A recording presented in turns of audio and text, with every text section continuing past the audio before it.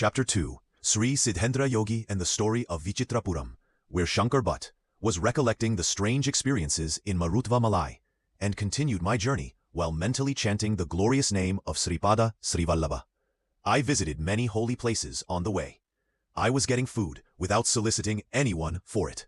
This was a rare experience. I felt that the weight of my body was gradually coming down after I reached the Kadamba forest in the Andhya kingdom. There was a Shiva Linga of great power in that forest. After visiting that Ishvara temple, my legs became very heavy. I rested for some time in that Shiva temple and resumed the journey. I found a hermitage nearby. A great person called Sri Siddhendra Yogi was living there. I visited the ashram, and the yogi greeted me as if he knew I would be coming to his place. When I prostrated at his lotus feet, my body became lighter than a cotton ball. I was conscious of my body feeling, but the weight of my body had almost become nil. That great preceptor, with a merciful heart, stroked my head and blessed me, saying, "May you have the darshan of Sripada Srivallabha." The great yogi started his explanation. "My son Shankar Bhatt, the Shiva Linga which you have seen is very powerful. In ancient times, Devendra conquered many demons, but one of them escaped. Indra ruthlessly killed that demon while he was in tapas. Indra lost his luster because of his sin in killing someone doing tapas. Indra visited many holy places for absolution from the sin. As the Shiva Linga in the Kadamba forest of the Pandya kingdom was very powerful, all the sins of Indra were suddenly removed when Indra reached the Kadamba forest. He wondered at it. With the idea that there was something special and great, he searched the place in all directions. He found a Shiva Linga. Indra worshipped that Shiva Linga with devotion and constructed a temple for that self-manifested Shiva Linga. So, what you saw was that Shiva Linga consecrated by Indra. That Shiva Linga removes all sins and confers all auspiciousness. Only people with great merit can see that Shiva Linga. However, for the devotees of Lord Datta, meeting pious people and visiting holy places will take place unasked for and without any effort. I was elated by hearing these sacred tales. I bowed again to the lotus feet of Sri Siddhendra Yogi. He asked me to go to the Shiva Linga again. When I went there for the second time, I found a beautiful temple of Shiva. That was not the same temple that I visited previously. I was confused. When I inquired, I learnt that it was the temple of Sri Meenakshi and Sundareswara, and that I was in the town of Madurai, and the people spoke Tamil language there. The whole area now appeared as a thickly populated township. I visited the deities and went to the hermitage of Sri Siddhendra Yogi afterwards. However, I searched much, but I could not find the hermitage of the yogi in the place. Recollecting the holy name of Sripada Srivallabha, I was going at random in some direction. The sunset started. It was getting dark. I saw a focus of light coming from the rear side. When I turned back, I saw a big serpent with 3 hoods following me. There were 3 diamonds on those 3 hoods. A brilliant light emitted from those diamonds. I was struck with fear. Whenever I stopped, the serpent was also stopping. The divine name of Sripad was swelling up from the depth of my bosom involuntarily. Similarly, the holy name of Sripad was being uttered from my mouth involuntarily. At last I reached the ashram of Sri Siddha Yogendra. Immediately, the divine serpent and the light. Sri Siddha Yogendra received me with utmost compassion. He gave me fried chickpeas in a plantain leaf as prasad. I ate bellyful. The palpitation of my heart did not decrease even though I was taking food. Sri Siddha Yogendra massaged my right breast lightly with love. Afterwards, he touched my head with his holy hand. I noticed my heart's palpitations slowing down. I also felt as if some foul gases were being purged out of my lungs. I also experienced that all bad thoughts and cruel desires were pushed out of my mind. My body temperature increased, and I was in a state of stupor. Then Siddha Yogendra stated his explanation. Shankar Bhatt, the Shiva Linga which you saw at first, and Siddha Sundareshwara, whom you visited later, are not different. Sri Dattatreya ordered the deity of time, Kala, that you should be provided with this kind of experience. So, it was granted to you accordingly. Modern people in future will call it as time traveling. It means that time was rolled back and the Shiva Linga established by Indra and the actual surroundings existing at that time were shown to you. To regard the creation that you witness as real creation is Maya. Always know this. Everything is an embodiment of the consciousness. By the will of Lord Datta, the future may become present. The consciousness of Lord Datta is eternally present. Whatever happened in the past, and whatever is happening at present, and whatever is to happen in the future, will occur according to the will of Lord Datta. The resolve of Lord Datta is essential for an event to happen, not to happen, or to happen in a different novel way. Sri Dattatreya is the personification of that magnificent determination, responsible for the creation, sustenance, and liquidation. Now he has taken birth on this earth as Sripada Srivallabha. The residents of Vichitrapuram did not recognize him properly. They failed to understand the philosophy of a guru. In Kuruvapuram, even ignorant persons, like fishermen, obtained knowledge of the Brahman. To get the grace of Sripada Srivalabha, the ego of the self within us has to be destroyed. All types of pride have to become extinct.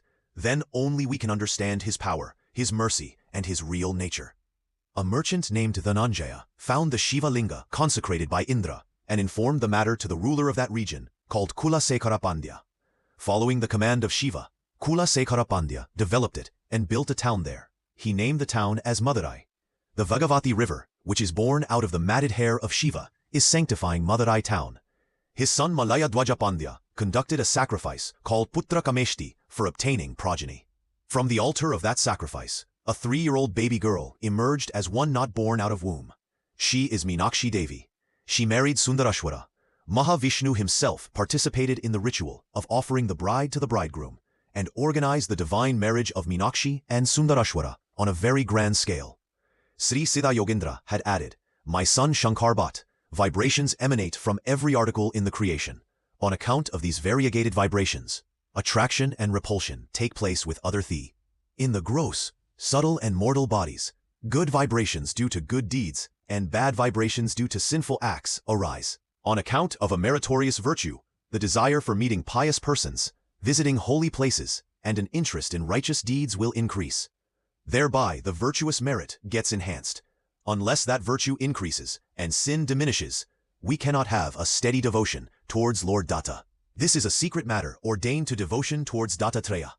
A variety of incidents happen owing to time, accumulated merit or demerit, or other causes. You could come here only on account of Sri Vallabha, boundless compassion on you." Dhananjaya, the merchant who gave information to Kulasekara Pandya about the Shiva Lingam installed by Indra, acquired great merit. As a consequence of that merit, he was born as Kusuma Sreshti, the king of Brihatsila Nagaram, and got Jaganmatha as his daughter. Virupaksha, with the Amsa of Nandishwara, was born to Kusuma Sreshti couple as the brother of Ambika. Sri Lord Datta kept an Amsa of him in Virupaksha. According to the word given by her, Ambika, she took birth in Brihatsila Nagaram and the name Vasavi. Only wise men know that Sri Vasavi Kanyaka Parameshwari was Ambika herself and that Sripada Srivalabha, the embodied Dattatreya, was Lord Narayana himself. Two souls, having same origin, is termed as brother and sister. But a supporting soul to the main soul is termed as its soulmate. Narayana and Ambika are brother and sister from the beginning of the creation. On the full moon day in the month of Sravana, Ambika will tie the Rakshabandhana to Sripada Srivalabha. This is a divine secret. It is not to be revealed to ordinary people. I reveal this to you only on the order of Srivalabha. On that day, if anyone has darshan of the deities in the temples of Ambika or in Dattakshetras, he or she will get the fruit of special merit. Shiva and Keshava are not different. If anyone sees them differently, they will get the fruit of sin. On the day of Ekadasi, all sins will be tagged onto food. If one fasts on that day and gives food to a good Brahmin on the next day, that is on the day of Dwadasi, one gets merit. He gets the highest merit if he fasts on Dwadasi day also and then gives food. Along with getting merit, his sins will also get destroyed. If one fasts on Ekadasi, gives food to a suitable Brahmin, and also takes food himself on the next day, he will get average fruit. He will get merit, but his sins will not be destroyed. If one fasts on Ekadasi day and takes food himself on Dwadasi without also giving food to a suitable Brahmin, then he will get the lowest fruit. He will get only the minimum merit. Sin will not be destroyed. In what way can I describe the speciality of the fruit of my merit? I questioned Sri Siddhendra Yogi like this. Mahaprabhu, what was the reason for Ambika to take the name Vasavi? Whom did she give this promise? And why did she become Vasavi Kanyaka Parameshwari like this? Please show grace on me and reveal this to me. Sri Siddha Yogendra smiled to my prayer. He said, "My dear, I realize that you have a great interest in listening to the words related to knowledge. There is a restriction that divine secrets should be revealed only to those who are inquisitive, qualified, and suitable. We should not reveal these to unsuitable, argumentative people and atheists. Blaming divine secrets and divine plays becomes the reason for acquiring sin." Lord Vishnu has another name, Upendra. Once Indra asked Sriman Narayana, "Swami, because you have the name Upendra, you have become my brother. In that case, Ambika should also become my sister. She should also have a name which reminds my name." Narayana smiled and said, "Yes, your argument has a good reason. You put this question to Ambika herself." As time passed, gods killed demons and became arrogant. The time had come to destroy their pride. Ambika took the form of a yaksha. When Vayudeva reached there, The Yaksha put a small blade of grass there and asked him to move it. Vayudeva could not move it. Similarly, Agni could not burn it. In this way the gods became humiliated. But Devendra could recognize that it was not Yaksha, but the sole essence of the creation itself. Because Devendra could recognize the Paramattattvam, he became great. So he got the name of Indra. That Paramattattvam took the form of Ambika. Indra praised her with many verses. Pleased with that, Ambika gave a boon to Indra that she would manifest herself in Kali Yuga in Brihatsila Nagaram and take the name of Vasavi, which would remind Indra's name Vasava. In accordance with that boon, she manifested as Vasavi Kanyaka Prameshwari. My dear, every small incident happens in accordance with time, effect of karma, and a reason. Divine plays cannot be predicted, they cannot be comprehended. Before Shriman Narayana took birth to Devaki and Vasudeva as Sri Krishna, Ambika manifested as Yogamaya. When Kamsa tried to kill her, she took to the sky with her divine form. In Sri Krishna avatar, the Lord could not get the affection of maternal uncles, but he will get that affection in the avatar of Sripada Sri Vallabha. If anybody worships Sri Vallabha, thinking that he is his child, Sripada Sri Vallabha will be moving incognito in his house as a small child. If somebody worships Vasavi Kanyaka Parameshwari, thinking that she is their child, and shows affectionate devotion, she will be moving incognito as the divine child in their house. Disciples having pure hearts will hear melodiously the sound of her anklets. This is the absolute truth in Kali Yuga. There should not be any doubt. Now, you take rest. Always remember the name of Sripada Sri Vallabha. The sins acquired in many births will be burnt out. You could come here because of the endless grace of Sripada Sri Vallabha on you. Thus saying, Sri Siddha Yogendra blessed me. Because I was tired, I slept deeply. I was wondering at my extreme fortune and becoming excited in my mind. I was eager to reach Kuruvapuram quickly, and I decided not to leave the holy feet of Sri Vallabha. When I woke up the next morning, I was subjected to amazement and astonishment because I was lying at the base of an Odumbara tree on a hillock. There was no movement of people in the surroundings. Was my stay during night in the hermitage of Sri Siddhendra Yogi merely a hallucination? Was Sri Siddhendra Yogi a cheat, a magician, or a devil? Such doubts crept in my mind. The words of Sri Siddha Yogendra about Lord Sri Datta were sounding in my ears. I wondered as to what use it would be for Sripada Sri Vallabha to keep me in such a predicament. Many thoughts were crossing in my mind. I collected my belongings and resumed my journey. My journey continued from morning till noon. I saw a village with small houses. The pangs of hunger increased and troubled me. I am a Brahmin and can take meals in any impure place or home. I thought of preparing the meals myself if someone provides the materials. Then I can eat such food. I got a doubt whether any Brahmins were living in the village. So I asked some villagers about it. One of them said, "Sir, we are a hill tribe. I am the chief of this hamlet. There are no Brahmins in our village. You can accept fruits and honey from us if you have no objection." I agreed.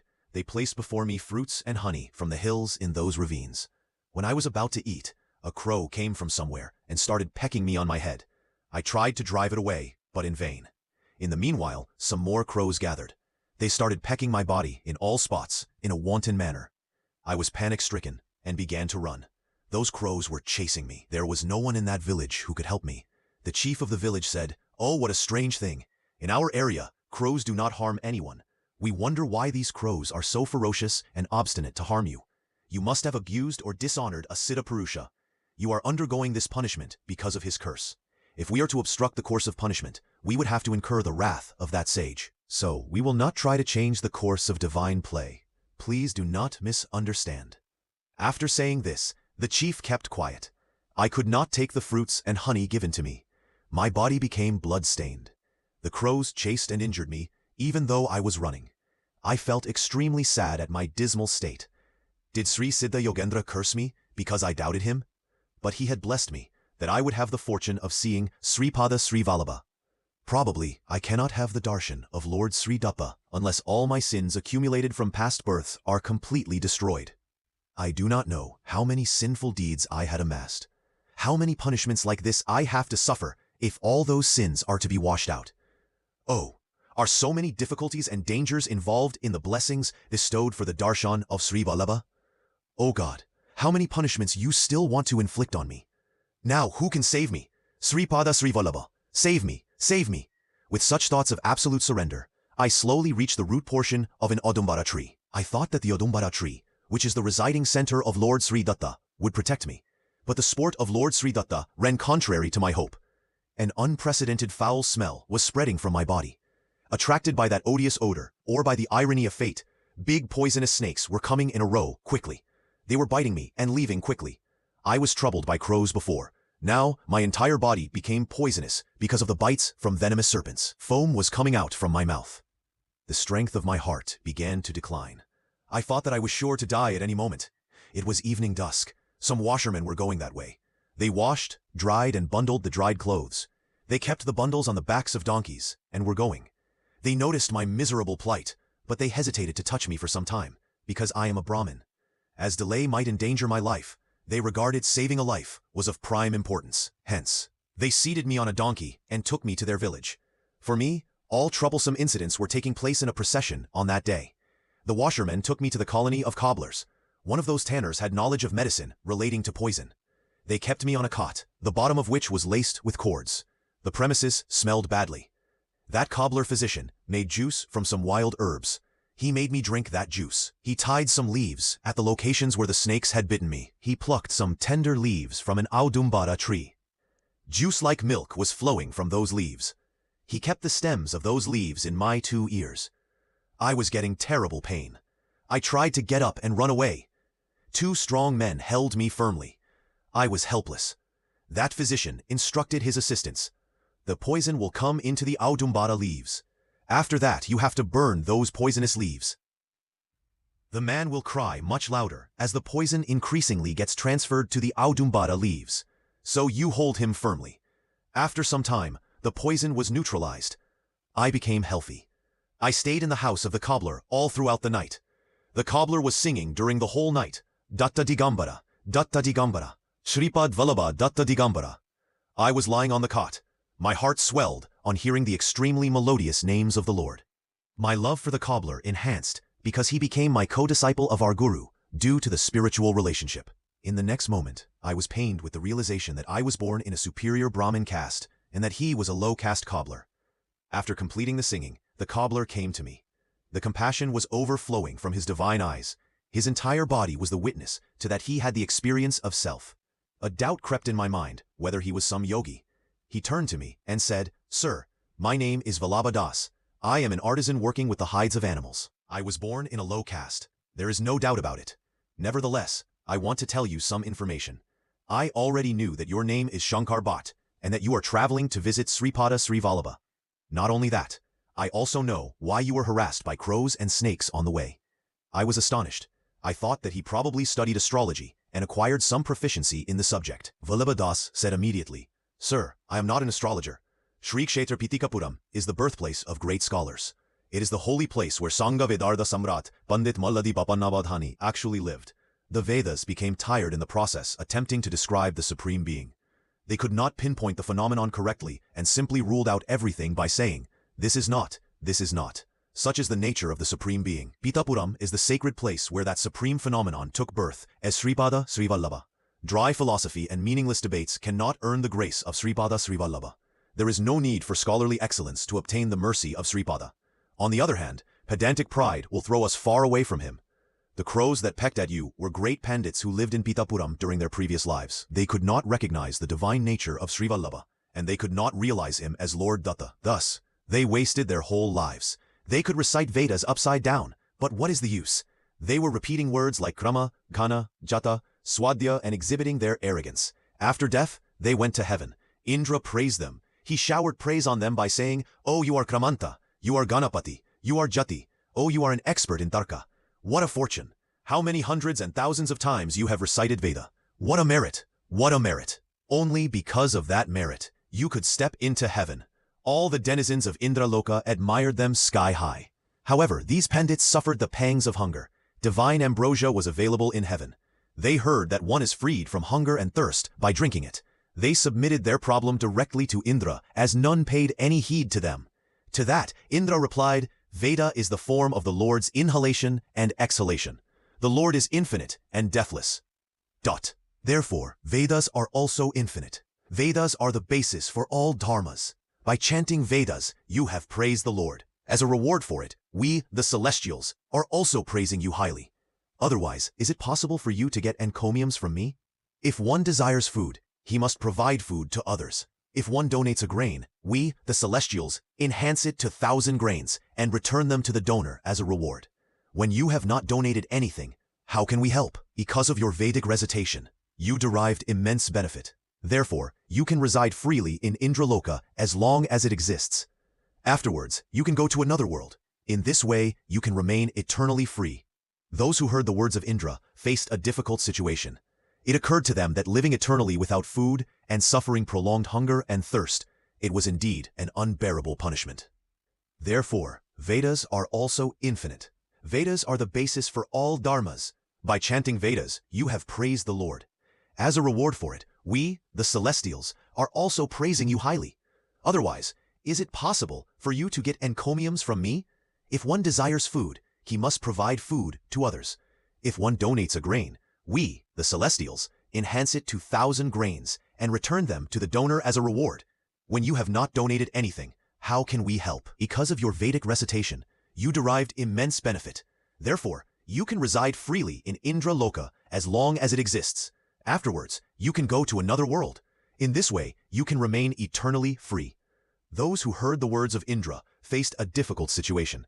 It occurred to them that living eternally without food and suffering prolonged hunger and thirst, and it was indeed an unbearable punishment. Indra said again, you lived in the holy Padagaya Kshetra, but you performed annual ceremonies to the manes of your ancestors without care and concern.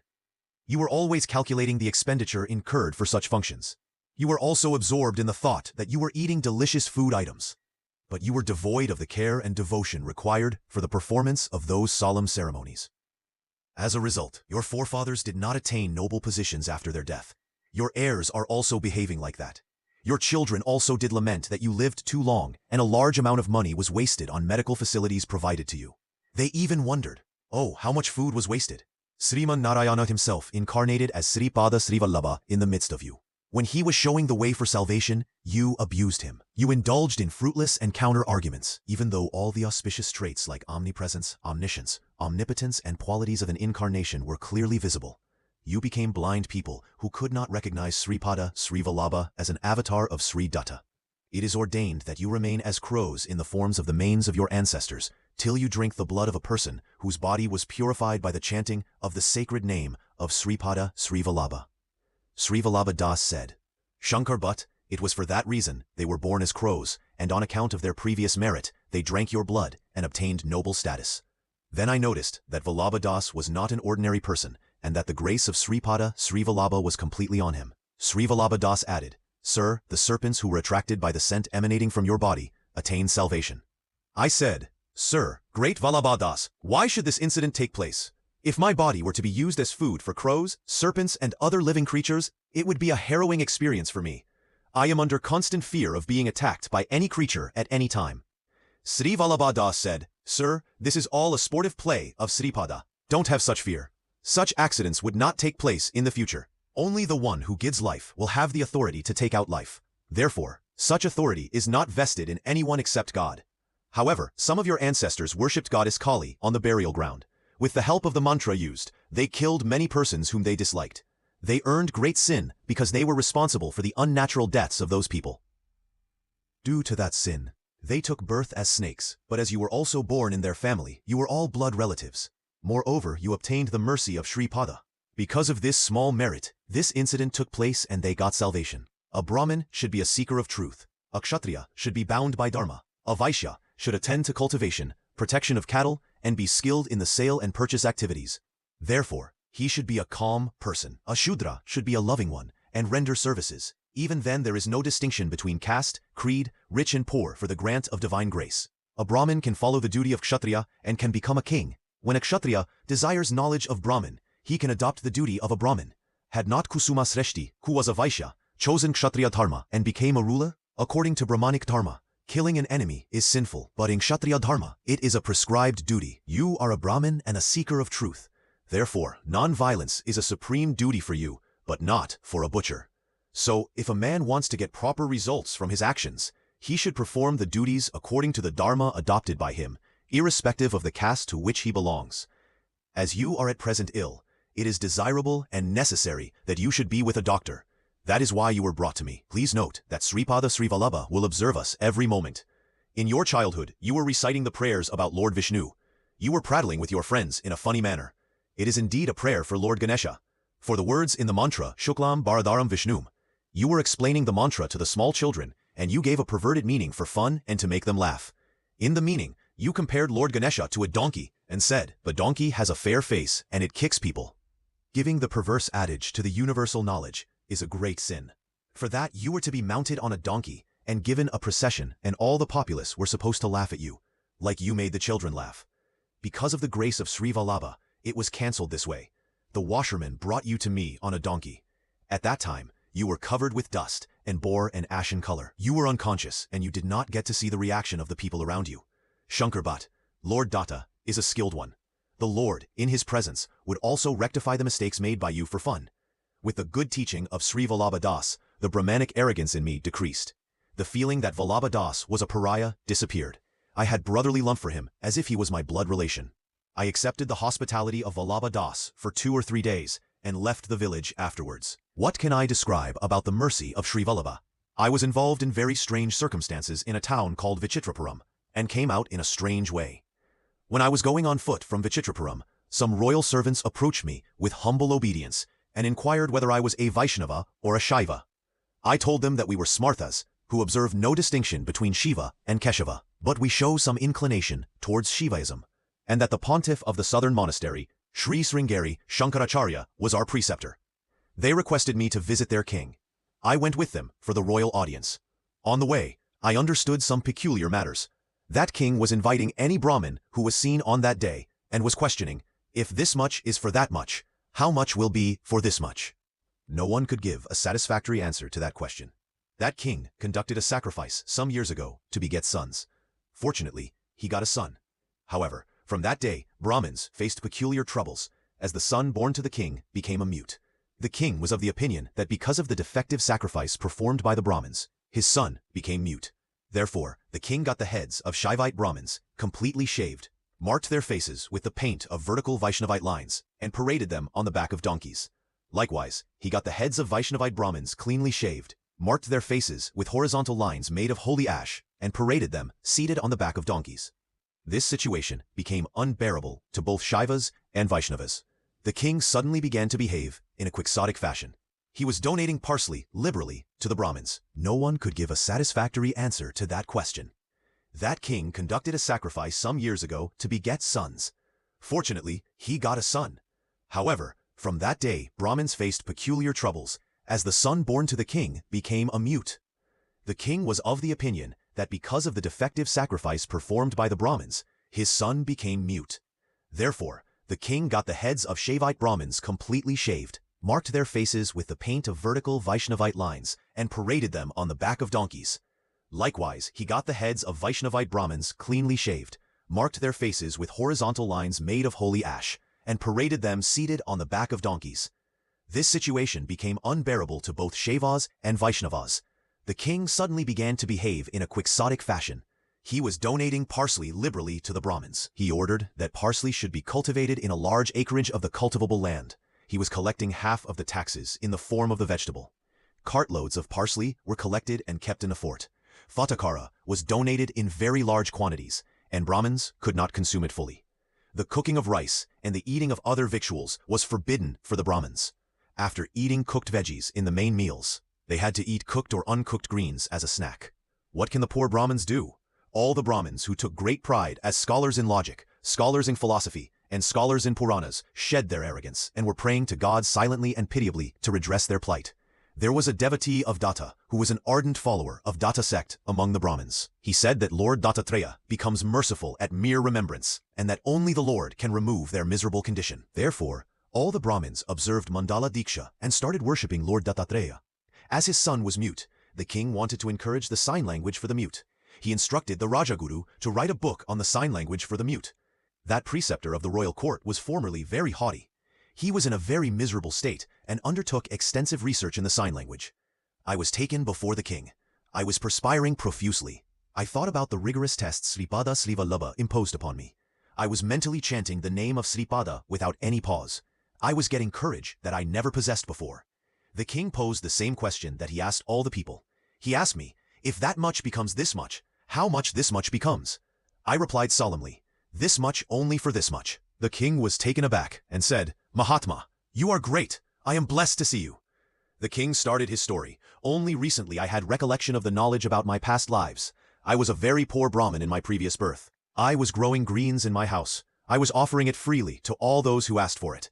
The Brahmins who received it from me were all wealthy and did not suffer from want of food and water. They simply took the vegetable gratis from me, but they did not cooperate with me on any day. They did not show any mercy on me. Whenever they were deputing me on their behalf for annual ceremonies of ancestors or for marriages, the householders used to give me large amounts of money and presents. Out of this, the people who were deputing me were snatching 99% and releasing 1% for me. The labor was mine, and the reward was theirs. In addition, they were getting a free supply of vegetables from my house. I was suffering from acute poverty, but I continued to donate veggies as usual. Those Brahmins were saying that the vegetable was very tasty, and that no harm would happen by eating it daily. The circle of time rotated swiftly.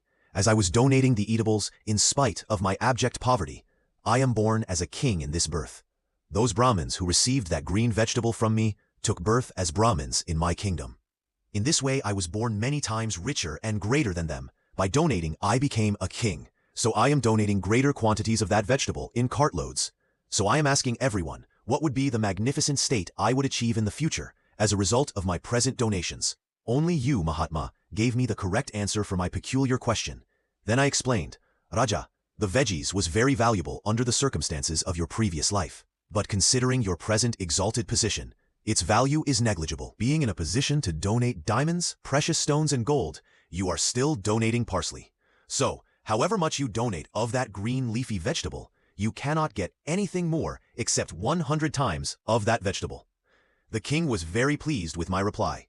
It gave great relief to my mind that for a casual reply of mine, the king gave an account of his previous life. I felt that thanks to the great grace of Sri Pada, the dishonor of riding a donkey was avoided. I had already mounted a donkey for misinterpreting the sacred verse, Suklambara Dharam Vishnum, for fun in my childhood. I offered salutations in my mind to Sri Pada, who saved me from riding a donkey in a disgraceful condition. Then started the second test. The test was held in the sign language for the mute, which was very dear to the king. The Raja Guru began to examine me.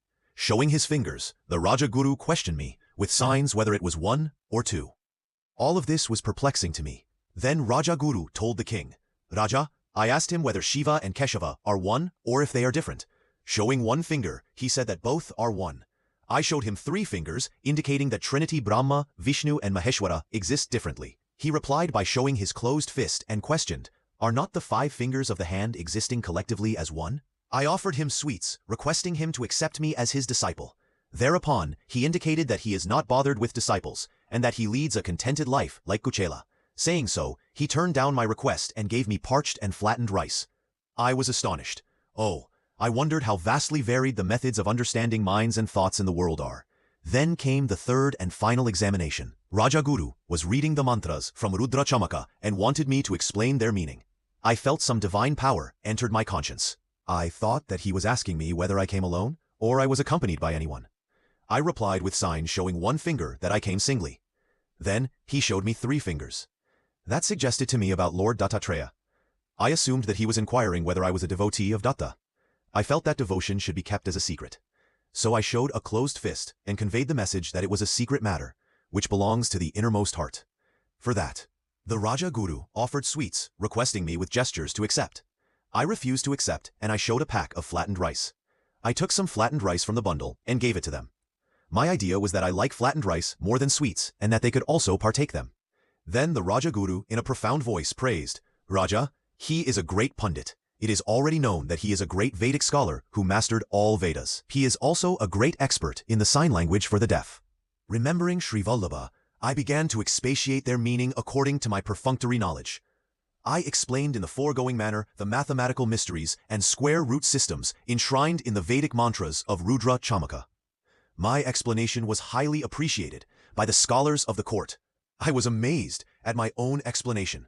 Again, I added, all this is about the mystery of atoms, responsible for creation. This was known to sage Kannada. Various metals form according to the different arrangement of the number of atoms. On account of the great mercy of Sripada Sri Vallabha, I came out of the Vichitrapuram in a strange way, in the above manners.